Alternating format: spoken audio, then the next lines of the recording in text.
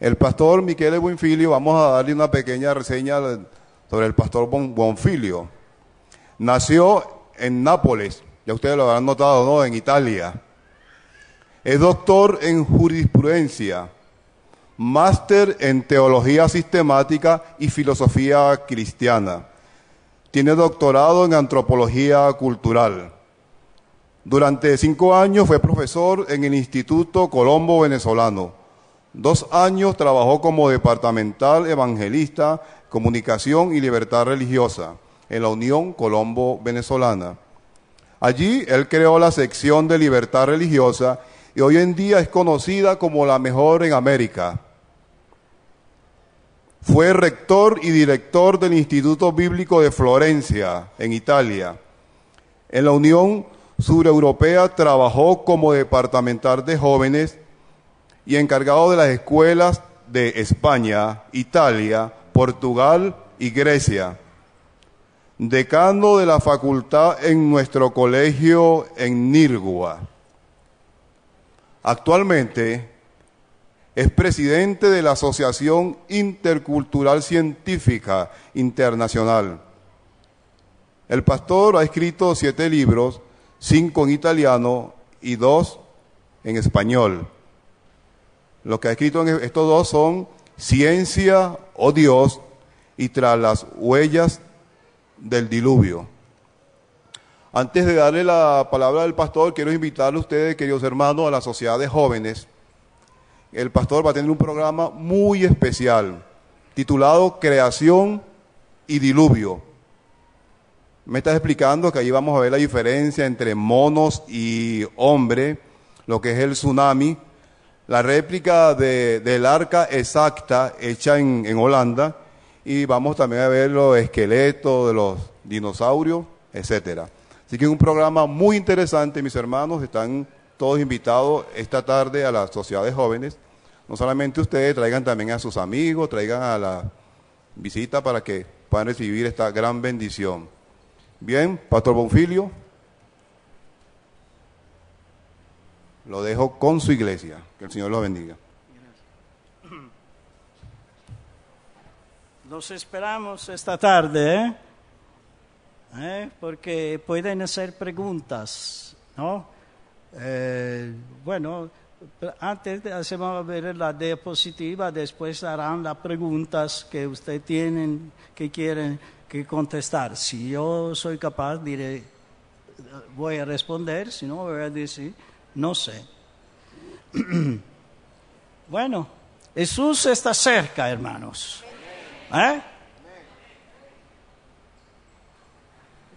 Jesús está cerca. Quiero ver las sonrisas. Sabiendo que Jesús está para llegar, tienen que sonreír, ¿no? Hay un himno, creo, me acuerdo, cuando yo me ocupaba de los jóvenes.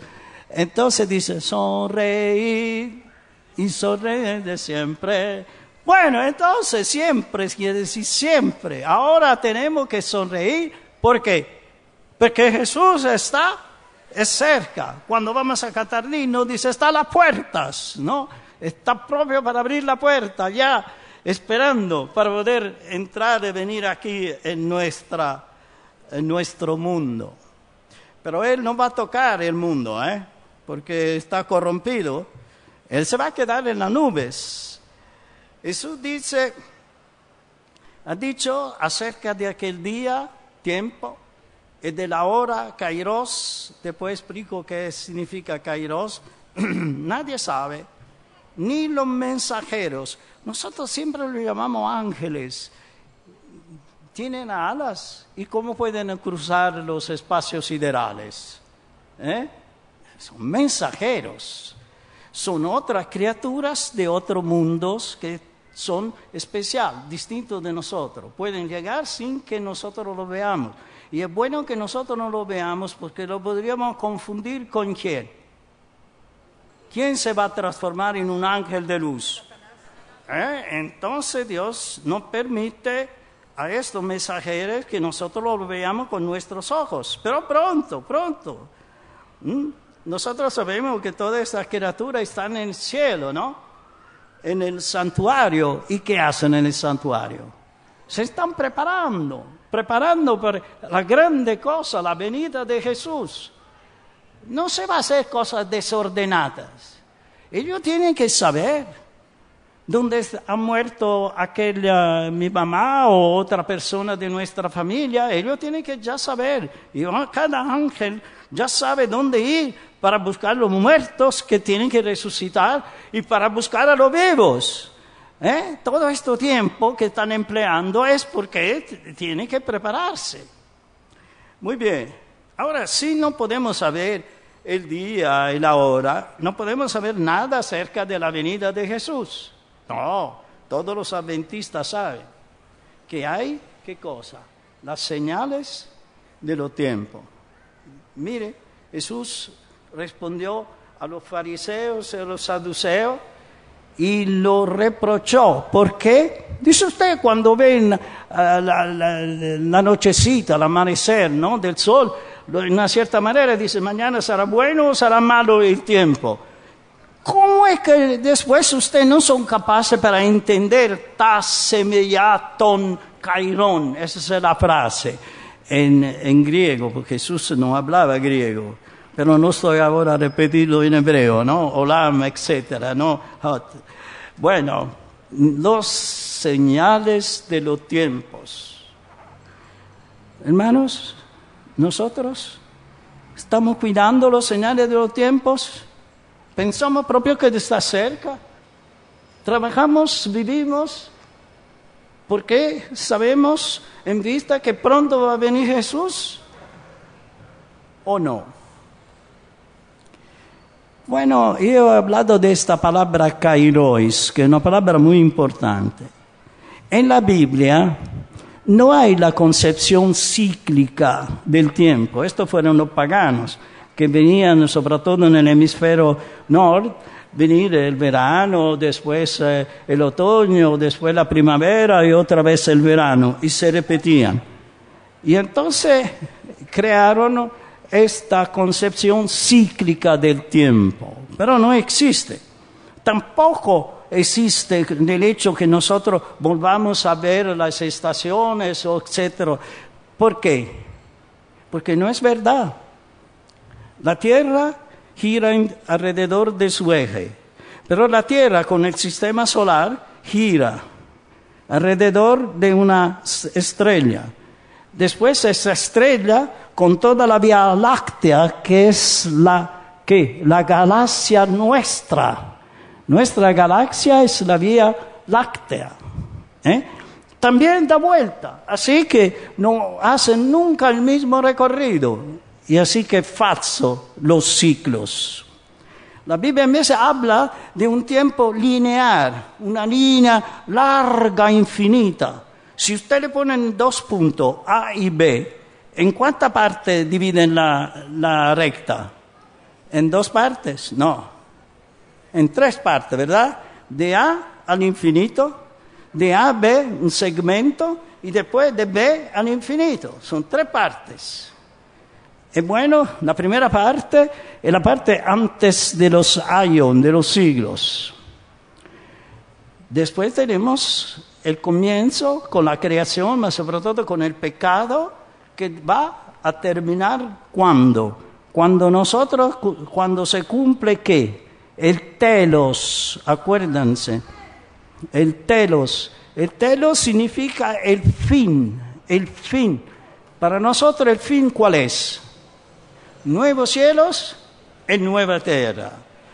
Bueno, y entonces los kairón ¿qué son? Son los momentos en los cuales Dios tiene que intervenir en la historia de este mundo para dirigir, para hacer que la historia vaya hacia el final.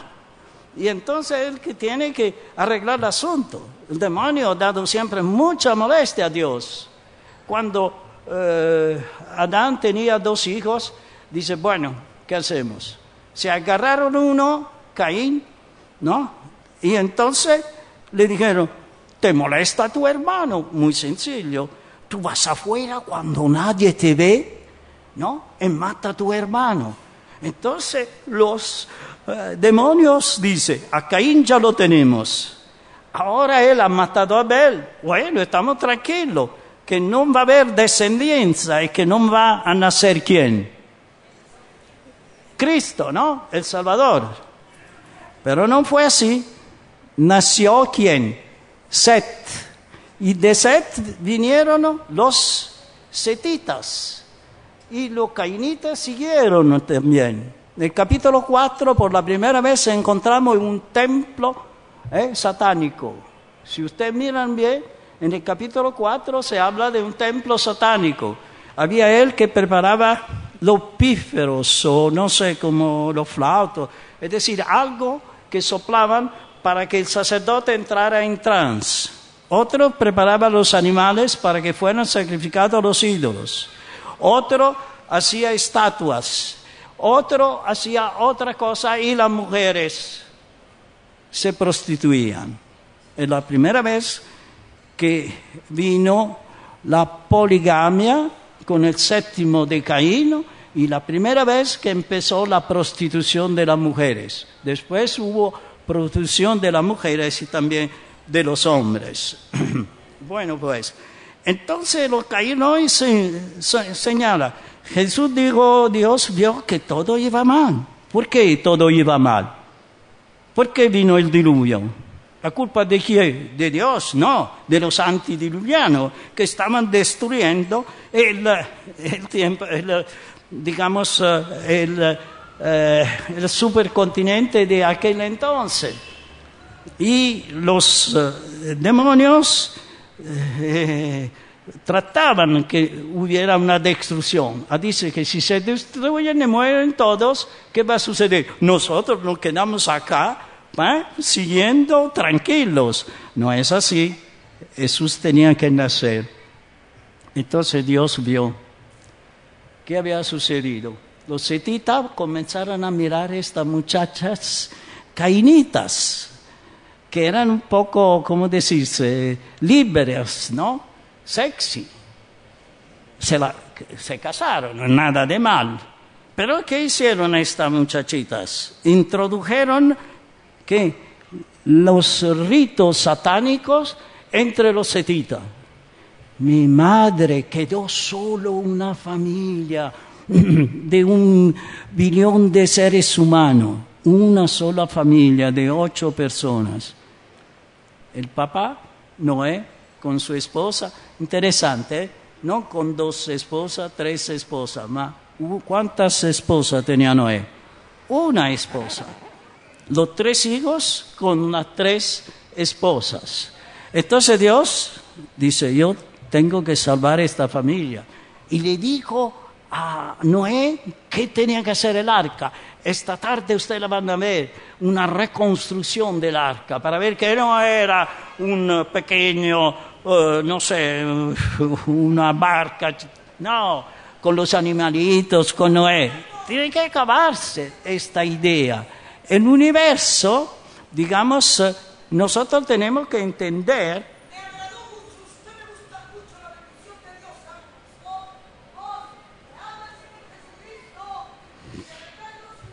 Puede ser que a los demonios no les gusta que decimos que Jesús está cerca, ¿verdad? Y que se preparen antes que sea demasiado tarde. A mí me ha sucedido una vez en la iglesia de Palermo. Una señora se acercó a mí y me dijo, yo hablé, me ocupaba de la iglesia de Palermo, de la Sicilia, y entonces dice, usted tiene que hacerme un favor, tiene que ir a visitar a mi hermana. Digo, ¿por qué? Porque mi hermana piensa de ser, digamos, controlada para los demonios. Digo, bueno, esta cosa, mire, señora, a mí no me gusta. Porque los demonios son muy malos.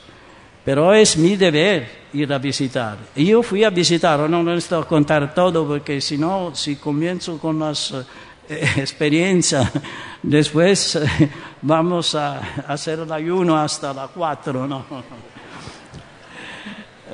Bueno, y entonces yo fui allá.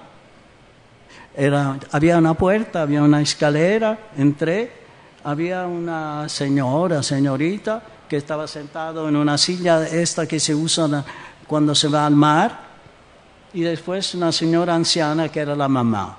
Y digo, ¿pero qué sucede? Ma, aquí, proprio cerca de nuestra puerta, ha muerto, no sé, no me acuerdo el nombre, Vicente, algo así, un veneciano, sí, bueno.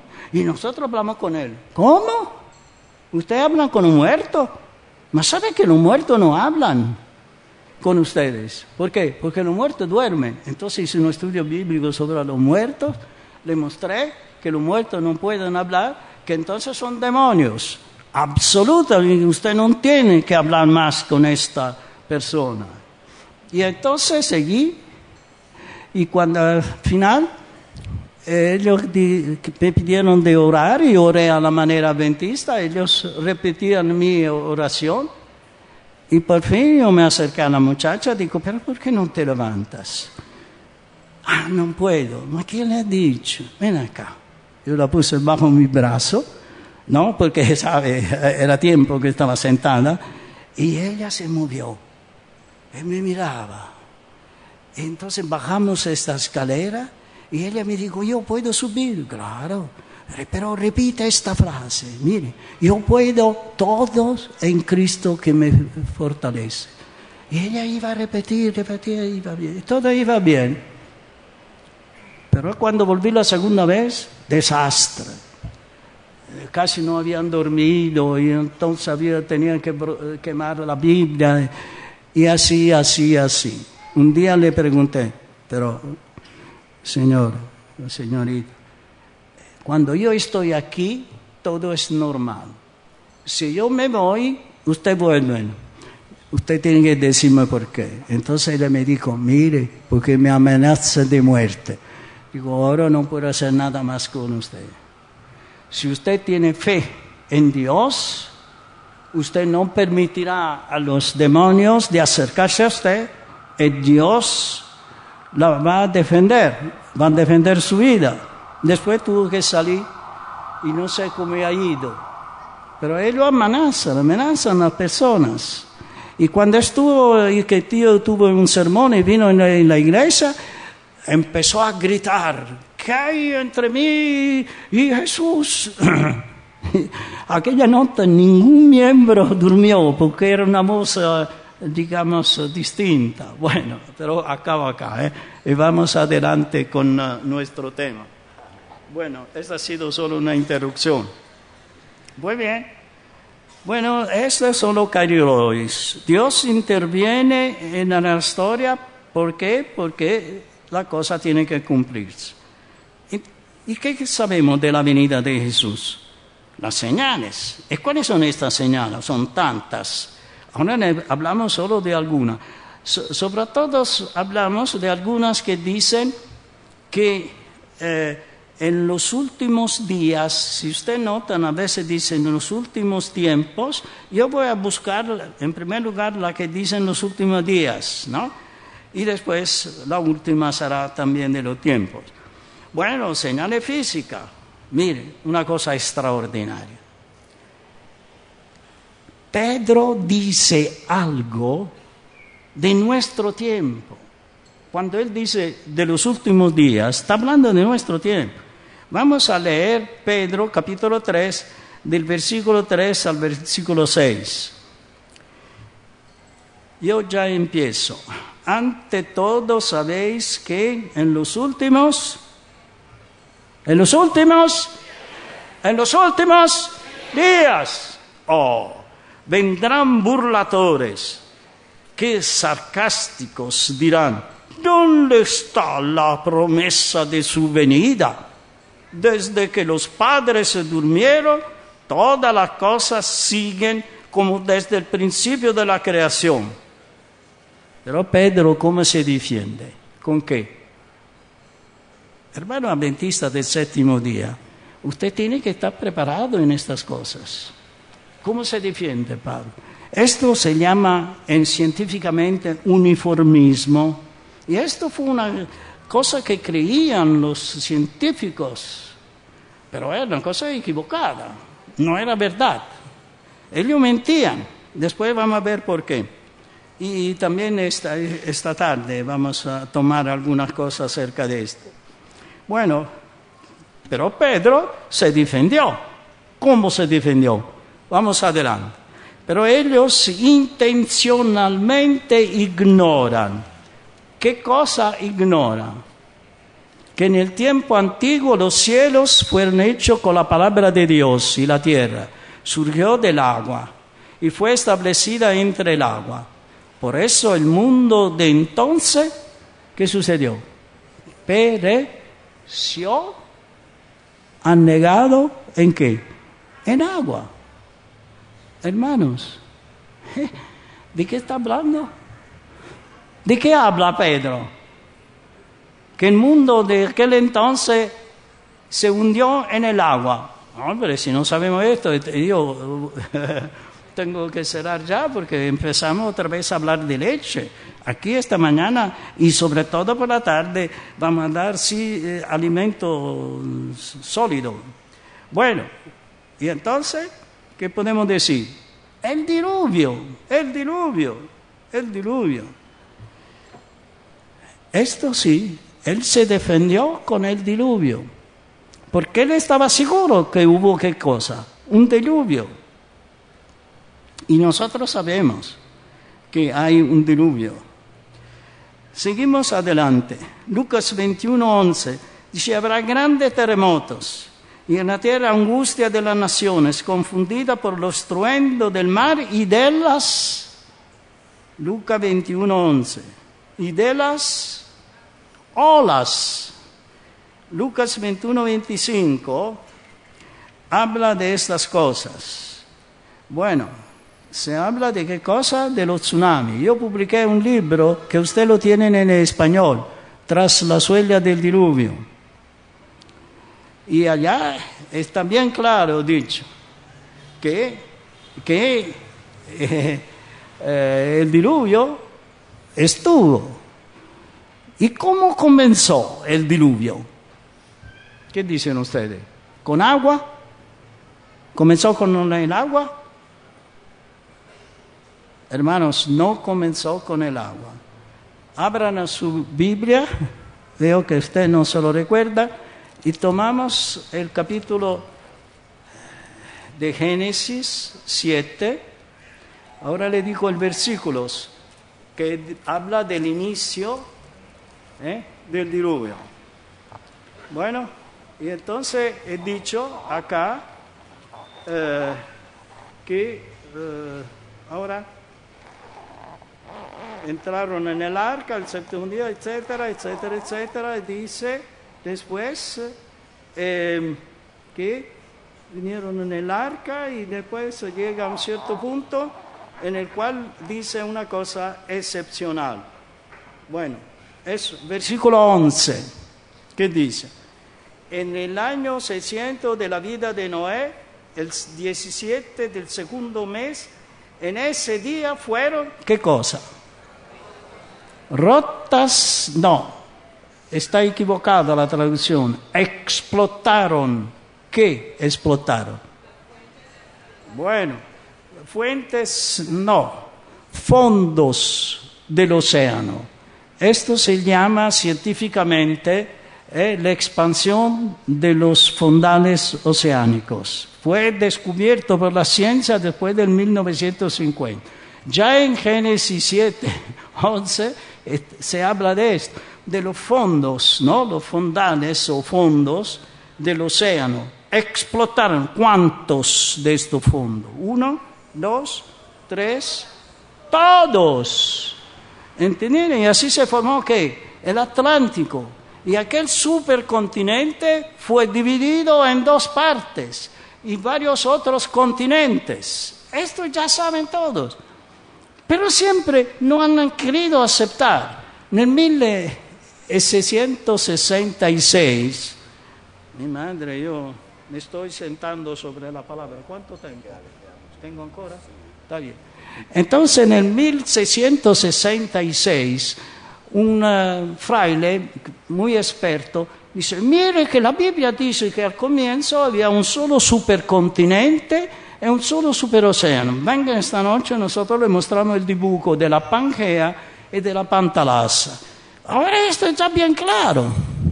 Pero en la Biblia, esto está escrito en el primer capítulo de Génesis. En uno de mis libros, La creación en la Biblia y en la ciencia, yo he traducido palabra por palabra del hebreo todo el primer capítulo. Este libro ha ido en las manos de un gran estudioso, un genetista de fama internacional. Y vino a un seminario que nosotros hicimos. Después le hablo también esta noche de este seminario que fue muy interesante. Y vino proprio este genetista, Sermonti. Y cuando él se sentó, porque nosotros no lo habíamos invitado, otro era un paleontólogo de la Universidad de Siena que habló muy bien. Después vengan esta noche, ¿va? Un poco de suspense. Él dijo algunas cosas muy interesantes. Entonces él dijo, mire, el primer capítulo de la Génesis es extraordinario. Nunca yo he visto esto. Un capítulo que dice esto y esto y esto y esto otro. Él, que era un genetista, fue muy impresionado por el primer capítulo de la Génesis. A veces nosotros no lo conocemos bien, pero ya hemos visto algo, ¿no? Que en el primer capítulo de qué se habla, de un supercontinente, el agua se baja, ¿no? Y queda el seco, ¿no? Así que queda el supercontinente Pangea y el superocéano, llamado Pantalassa, que son dos palabras griegas. Una significa toda la tierra y la otra significa todos los mares. Pangea, Pantalassa. Esto ya estaba. Pero nadie decía, en 1666 iban a creer a la Biblia que decía esto. Cuando llegó Wegener, que muerto en el 1930, tampoco le creían. Él decía, mire, agarren la mapa de la América del Sur, agarren la mapa del África, pónganlo juntos, ve que coinciden. Y aquí en Brasil hay minas de cobre. Si siguen la misma mina de cobre, encuentran en el África, porque estaban juntas. Los mismos fósiles de acá pasan después al otro lado. Pero no querían creer a esto. Pero al fin, algunos descubrimientos científicos, tenían que creer a lo que decía la Biblia, porque lo que dice la Biblia es exacto, es preciso. Y así ha sucedido. Hoy nadie va a decir, mire, la Biblia dice, no, todo dice la ciencia, ha descubierto la Pangea, ha descubierto la Pantalassa. Señor, nosotros ya lo sabíamos. No era necesario que usted la descubriera, ya lo sabía. Ahora he encontrado otra perla que le voy a dar. He encontrado en el texto original de Job. Imagínense, Job era el tiempo de Abraham, ¿no? Porque todos los dos se ocupaban de criar animales, ¿no? Y Job, el libro de Job dice cierta cosa que sorprende. Por ejemplo, allá se habla de otros mundos habitados, ¿no? Allá también hay un versículo muy interesante, yo lo he mirado no sé cuántas veces en el texto original para estar seguro, en el cual Job dice que la tierra se apoya sobre el nula. Al, que significa sobre en hebraico, después ma, que significa algo, no. Así sobre no algo, ¿qué es? Sobre nada. Magnífico, ¿sí o no? Y allá también está escrito que la tierra no era un disco como los otros decían que decía la Biblia, apoyado su las aguas, sino un globo. De otro lado, cuando llegó la luz, ¿qué sucedió? Se prendió una parte y la otra parte quedó en la oscuridad. Entonces podía ser un cilindro o qué, una esfera. Hoy no sabemos que es una esfera.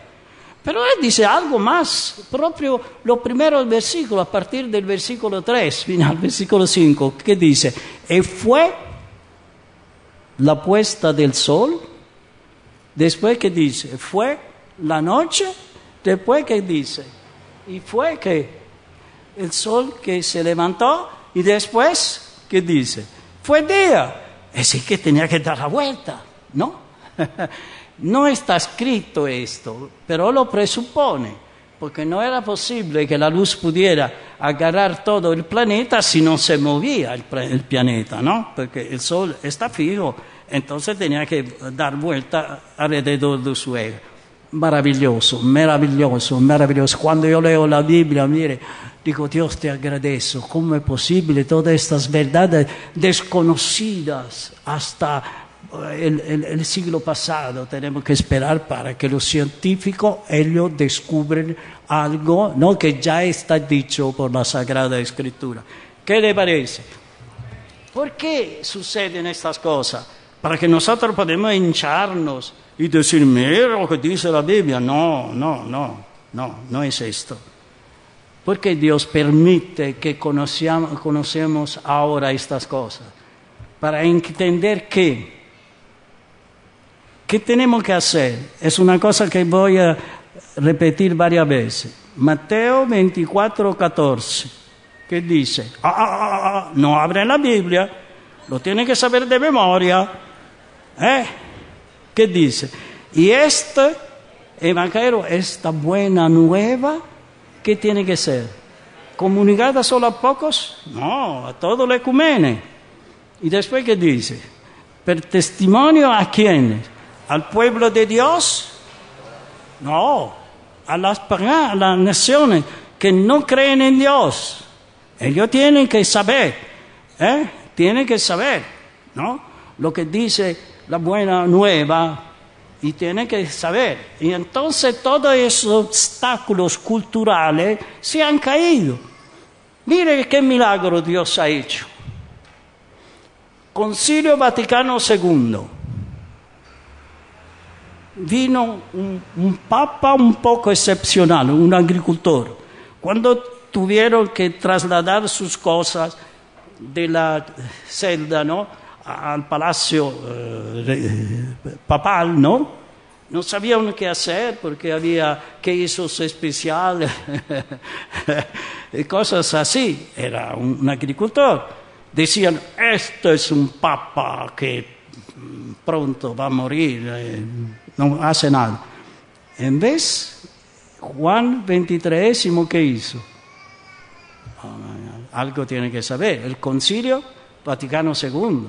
Yo cuando en Colombia tenía que resolver un problema de conflicto entre católicos, había un curita que quería hasta poner la dinamita, algunos hermanos de nosotros que iban a predicar, iban enseguida al Vescoval. Digo, mire, después del Concilio Vaticano II, nosotros somos los hermanos separados, ¿sí o no? Entonces, ¿por qué es que el curito quiera poner la dinamita y destruir y matar gente? Dime, doctor Bonfiglio, me diga, ¿dónde está? Si él no cambia, yo lo llevo y lo mando en una otra parroquia. ¿Qué le parece? Bueno, ¿qué ha sucedido de grande en el Concilio Vaticano II de la Iglesia Católica? Algo que es explosivo. ¿Cuál? Entró la Biblia oficialmente, ¿no?, en la teología católica. ¿Qué le parece? Y ahora no saben cómo hacer, porque hay ya un montón que estudian, ¿no?, teología, y entonces ya saben ciertas cosas. Y entonces, ¿qué hacen? Hay un divario entre aquello y otro. Yo estoy preparando un curso para corregir errores de traducción en la antropología bíblica. El alma no hay que hacer. ¿Sabe qué dicen, por ejemplo, en el 4º volumen, que son varios volúmenes, la teología dogmática católica, los dos que se ocupan de antropología, bíblica, dicen, por favor, se llaman Florencia e Netz. Io nel mio libro in seguito le ho puesto questa cita. Non traduzcan nefesh, la palabra hebrea que traducida erróneamente alma, porque si usted lo traduce en anima, la palabra italiana anima, alma, e bueno, usted introduce en Platón dentro de la Biblia y esto no existe. Mi madre, para mí esto es una cosa maravillosa, ¿no? Para que también ellos, que no han ningún interés, pueden hacer. Pero ellos se dan cuenta, estos grandes, y tienen que cambiar, porque ¿cómo hacen a predicar el alma inmortal si después se encuentra Nefesh Met, alma muerta? Y entonces los traductores que engañan le ponen la palabra cuerpo muerto, pero la palabra cuerpo en hebreo no existe. Pero él no se siente de decir alma muerta, porque dice es inmortal. Ma fíjese que la palabra nefesh puede significar cadáver. Estamos perdidos, ¿no? Y en la Biblia se habla del alma espiritual que no entiende la cosa de Dios. Y ahí está uno de los apóstoles que dice, claro, ¿cómo podemos nosotros entender? Esta es una cultura psíquica y no espiritual. Nosotros somos por el conocimiento espiritual. El hombre l'antropos, pero pneumáticos, espiritual. El antropos psico, él no entiende. Es decir, yo puedo ser un Einstein y no entender la cosa de Dios. ¿Entiende? Para entender la cosa de Dios yo tengo que desarrollar ¿cuáles facultades? No la facultad psíquica, ser más inteligente, no sé, ser un gran poeta, lo que usted quiere. No, tengo que desarrollar las facultades ¿cuáles? Espirituales, porque si no nosotros no vamos a entender la cosa de Dios y no podemos establecer un contacto con Él, porque este conocimiento es falso. Estas contradicciones, había la grande contradicción que ahora la han tratado, han hecho una nueva traducción del credo, ¿no? En latín, y la han quitado. ¿Sabe cuál era? Descendit ad inferos, que Jesús, una vez que ha muerto, descendía al infierno. Imagínense, Jesús al infierno. Que es una bobada, ¿no? ¿Qué le parece? Y bueno, la han quitado, ¿no? Y han usado el credo niceno que no habla del descender al infierno. Infierno es una palabra latina, no está en la Biblia. No está, se la ponen, pero no está. La palabra que hay es una palabra hebrea que es Sheol. ¿Y qué significa Sheol? ¿Infierno? ¿Infierno? No. ¿Qué significa Sheol? Morada de los muertos, donde duermen, ¿no? Es que no hay actividad, no hay nada. Este Sheol, bueno, traducido en griego es Hades, pero no el Hades de los paganos, mas el Hades, entiende, de los Sheol, los muertos que duermen. Y así hay estas grandes contradicciones. Bueno, vamos adelante. Hay otros señales. Y la misma cosa, por ejemplo, por la palabra paradiso. Hay un profesor, ¿cuántos minutos todavía? 10 minutos. Bueno, tengo que cortar. Un profesor de la Harvard. Pero esta tarde después vamos a completar, ¿no? Lo que no hemos hecho esta mañana. Entonces, él dice, nosotros estamos felices porque hemos descubierto muchas otras galaxias fuera de la nuestra galaxia. ¿Cómo se llama nuestra galaxia? Vía Láctea. Bueno, hasta fuera de la Vía Láctea hay tanto. Y esta noche le mostramos la Andrómeda, que es muy bonita, si quieren ver, ¿no? Así que vean otra de las galaxias. Y entonces dice, hay tantas galaxias, hay tantos planetas. ¿Cómo puedo yo imaginar que solo un planeta sea habitado? Claro que no.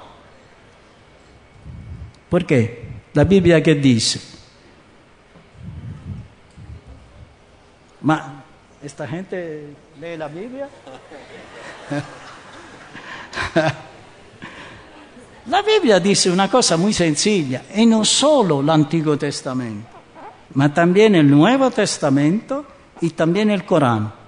Cuando yo lo voy a tener en inglés mi libro, el primero a recibirlo sarà el profesor de astronomía que dice, ma tiene que haber otro mundo habitado. Digo, mire, en el Antiguo Testamento, en Job, se dice que cuando Jesús estaba preparando el planeta, los hijos de Dios, ¿dónde estaban? Sobre otro planeta, ¿no? A otros planetas. Entonces, ¿qué hacían? Cantaban, jubilaban, ¿no? Como ahora que nosotros no queremos jubilar sabiendo que Jesús está cerca, cuidado. Ellos jubilaban. Así que ya dice que había otros planetas habitados. Nosotros los llamamos ángeles, ¿no? Son mensajeros. Y ellos son criaturas que tienen estas dos posibilidades. No hacerse visibles y otra cosa, cruzar los espacios siderales. Dos, también en Hebreos he hablado de otros mundos. Y también en el Corán, en la primera sura, capítulo del Corán, dice exactamente, Allah que es una contracción entre al, que significa el artículo, y después ilaha, que es el nombre árabe, contratto, y como nosotros en italiano decimos l'Iddio, o el Dios, así es Allah. Allora dice, el Dios, ¿no? Que es el rey de varios mundos. Y dice, si ha creado uno, ¿por qué no puede crear otro mundo? Entonces se lo va a mandar a decir al astrónomo, mire, nosotros no hemos descubierto nada, pero ya los 3 textos originales hablaban de otro mundo habitado. Pero él dice una cosa interesante, y con esta yo voy acabando. Sí, después 5 minutos 10 para acabar. Entonces decía, pero yo sé que esto es nuestro descubrimiento, yo creo en Dios, dice este astrónomo. Piense, un profesor de astronomía de Harvard que dice, yo creo en Dios, porque un universo así perfecto, ¿cómo puede ser si no hay una grande mente? Solo Dios podía hacer esto. Pero hay un problema, yo sé, para los que creen en el infierno y en el paraíso. Bueno, yo le voy a mandar mi libro en el cual dice, mire, paraíso, hay 3 veces. Y yo tengo un manual publicado por el Instituto Bíblico Pontificio. Él lo dice bien claro. La palabra paradiso, paradeisos en griego, paradeisas en persa, significa jardín, significa Edén. Cuando Jesús dijo al ladrón sobre la cruz, tú estarás conmigo en paraíso. No, esto es mal traducido. Tienen que traducir en el Edén. ¿Y del Edén dónde se habla? En Apocalipsis dice, en la nueva tierra que va a haber. Va a haber el Edén. ¿Ve cómo es preciso? No existe el paraíso con las almas. Yo me acuerdo cuando estudiaba una pequeña experiencia, sí, muy breve. Mis padres, mi papá católico, mi mamá adventista, y entonces pusieron a los salesianos a hacer el gimnasio. Éramos todos muchachitos, les gustaba movernos. Y entonces vino una vez uno de estos para hacernos un discurso, dice, mire muchachos, cuando ustedes mueren, después ustedes van a la presencia de Dios y van a contemplar a Dios por la eternidad. Y yo, muchachito, decía, ¿cómo? ¿Parado por la eternidad?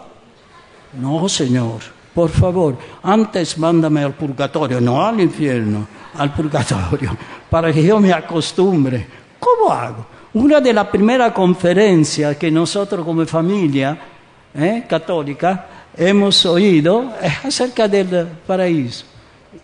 Y entonces el que habló citó la hermana White, porque la hermana White es extraordinaria. Díganme, cuando leemos a la hermana White conseguimos cosas excepcionales. Entonces dice, cuando estaremos en el reino de los cielos, habrá siempre nuevas verdades y nueva verdad. Y uno va a crecer siempre en el conocimiento. Ah, digo, este paraíso a mí me gusta. No el otro. El ascetismo, ¿no? Bueno, y entonces no hay paraíso. No hay tampoco infierno. ¿Dónde está el infierno? La palabra infierno no existe. Se habla solo de la morada de los muertos que duermen. Y así que le voy a decir a este profesor de astronomía, mire, en la Biblia no se habla de infierno, en la Biblia no se habla de paraíso, mas se habla de Edén y de morada de los muertos. Nosotros estamos bien con esto, porque la ciencia llega a las mismas conclusiones a las cuales nosotros como adventistas hemos llegado. Aun si ahora yo estoy preparando un libro sobre traducciones, si vienen esta noche, yo le digo las palabras que yo he cambiado, ¿no? Para que ustedes sepan esto, y después le doy mi email si usted un versículo no lo entienden y quieren que en el original, nosotros como asociación estamos dispuestos a mandarle el texto original con la traducción exacta. ¿Me siguen? Bueno, nosotros como adventistas del séptimo día tendríamos que ser felices, porque estas cosas ya las sabíamos, no son cosas nuevas. Y ahora que cuando nosotros vamos a cambiar es sencillamente quitamos errores, ¿no? Para no los adventistas, ¿no? Sería grave, ¿no? Si un adventista dijera que se habla de infierno, habla de paraíso. Pero ¿para quién? Para los hermanos nuestros católicos, los hermanos separados católicos, ¿no? Que no le saben a estas cosas. Y entonces van a leer en la Biblia, usted dice que el alma no se separa, pero mire, aquí como es que Raquel, el alma se va. Y el hijo de la Sarepta va a hacer un viajecito y después vuelve otra vez atrás. ¿Entiende? Estas estupidez hay que quitarla, porque la palabra nefesh no significa alma. Esto fue una cosa, sabe, solo esto me digo. ¿Sabe de dónde viene el ánima inmortal? No de los griegos, de los Upanishad. Del sexto siglo antes de Cristo, fueron comentarios de los libros Vedas de los hindú. Fue por la primera vez que allá se encuentra la transmigración de las almas. La transmigración de las almas llegó a los órficos, yo he traído un libro de filosofía del esposo de Lidia, donde yo vivo ahora, una hermana en la cual él dice exactamente lo que yo le estoy diciendo, ¿no? Y entonces allá llegó a Platón y él aceptó la transmigración de las almas. No, el alma es una cosa espiritual, hace un error, llega en un cuerpo, pasa de un cuerpo a otro y después vuelve otra vez purificada. ¿Entienden? Pero todo esto es solo bobada, ¿no? Porque ¿cómo puede el alma de Einstein muere, cuerpo se deshace, pero el alma de ¿cómo se llama?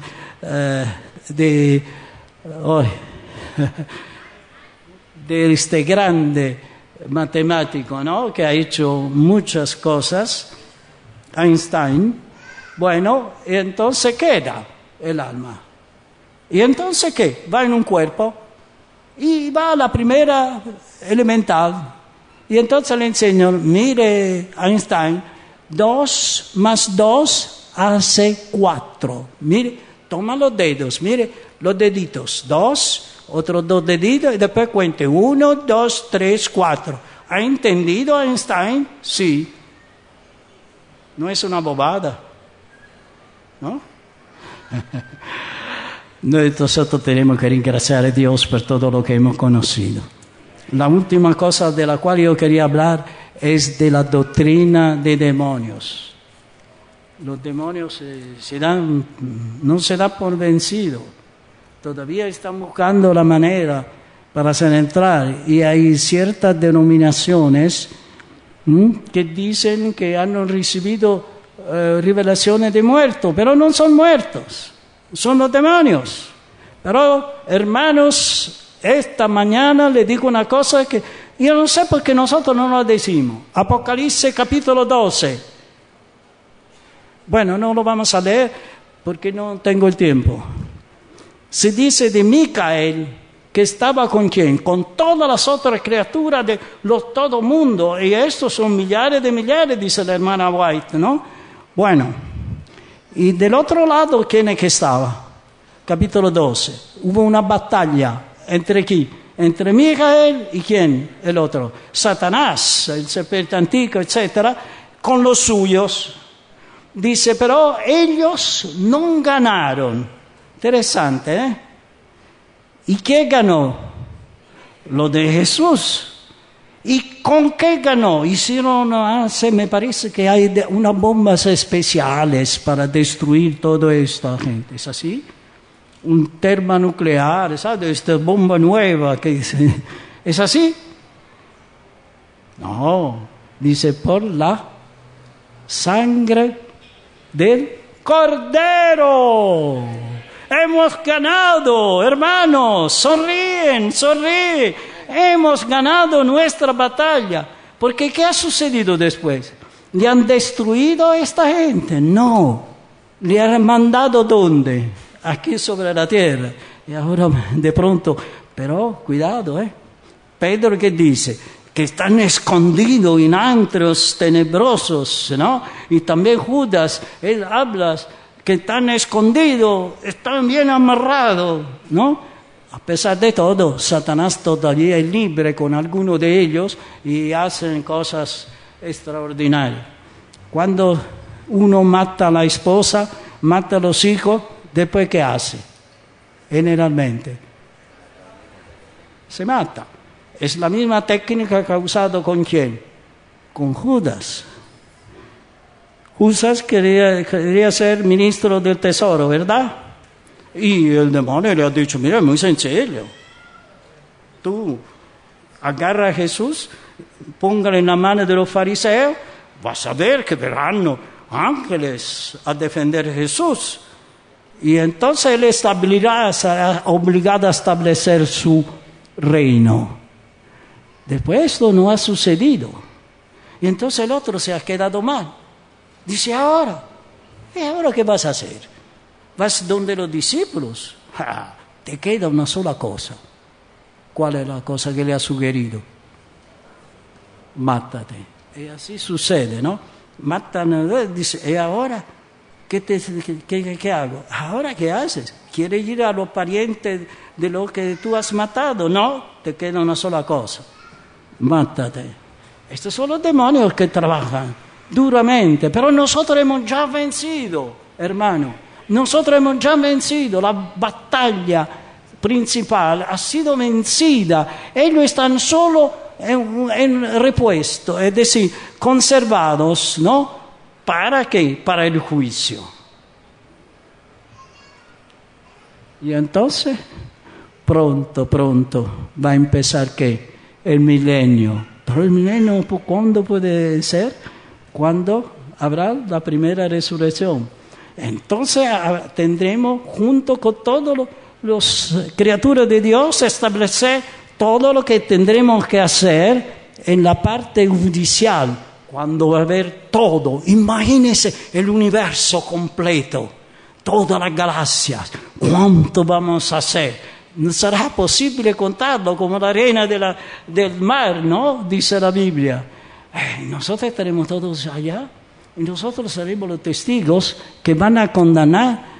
¿Por qué los impíos se arrodillan cuando vean cierta cosa? Porque ya están los testigos. Él ha visto cuando han matado a su mamá, cuando han matado esto, cuando han hecho esto y lo otro. Hay testigos y no pueden decir que no es verdad. Entonces son obligados racionalmente a arrodillarse, pero no con el corazón, con la mente. Y entonces Dios después lo va a destruir. No, Señor. Escrito en la Biblia que la iniquidad destruirá los iniquios. El fuego que desciende del cielo, capítulo 13, dice que hay una bestia, la progenie de Satanás, que hace bajar el fuego del cielo. Y entonces, ¿qué habrá de la gehenna? Y todos ellos se matarán. Y entonces hasta los demonios todos podrán ir y decir, mire, yo te he hecho resucitar, ¿sabes? Yo te he hecho resucitar, ahora tienes que ir conmigo. No tiene que ir conmigo, no tiene que ir con el otro. Hitler, Mussolini y todos estos grandes, cada uno quisiera, y a la fin, ¿qué sucederá? Se matarán entre ellos en la gehenna. Pero nosotros, gracias a Dios, estaremos allá en el cielo, esperando no la destrucción de los impíos, porque de pronto algunos de nuestros queridos están allá. ¿Saben? Solo un momentico. Una vez estuve donde los católicos que me invitaron a hablar sobre la paz. Y entonces yo dije, mire, mi papá era católico y fue a hacer la guerra a los austríacos. El papá de mi esposa, católico, fue a hacer la guerra a los italianos. Si mi papá hubiera matado el papá de mi esposa, no hubiera sido mi esposa, o al revés. Digo, ¿cómo es posible una cosa de esta? Es increíble que católicos se maten entre ellos. Ve lo que hacen los árabes, es tremendo. Bueno, y entonces, al llegar a un cierto punto, ellos dijeron, pero usted ha dicho que porque ellos dicen, usted en 1844 ha llegado. Yo digo, usted está equivocado. Porque la iglesia que nosotros hemos escogido como modelo de iglesia, ¿cuál es? Vamos a ver si lo saben. ¿Cuál es la iglesia modelo que nosotros imitamos como adventistas del séptimo día? La iglesia, yo siempre digo a los católicos, es bueno decir así, nosotros tenemos como modelo de iglesia la iglesia judía como cristiana de Jerusalén, fundada por ¿quién? Por María, la madre de Jesús, y por los apóstoles. Ahí son todos se callan. Esta es. Nosotros, ¿por qué observamos el sábado? Porque ellos observaban el sábado. ¿Por qué nosotros no comimos alguna cosa? Porque tampoco ellos la comían. ¿Y por qué creemos en que el muerto duerme? Porque ellos creían así. Esta es nuestra iglesia, así que siempre hemos estado, ¿no? Y hemos solo cumplido. Bueno, que Dios les bendiga. Ahora van a cantar un himno que después tienen que recordarlo toda la semana. ¿Está bien? Dice, cerca está. ¿Ok? Esto es un himno, lo cantan con mucha fuerza, porque Jesús está a la puerta. Todas las señales se están cumpliendo. Falta una, y en la cual estamos trabajando. ¿Cuál es? Mateo 24, 14. Que Dios me bendiga.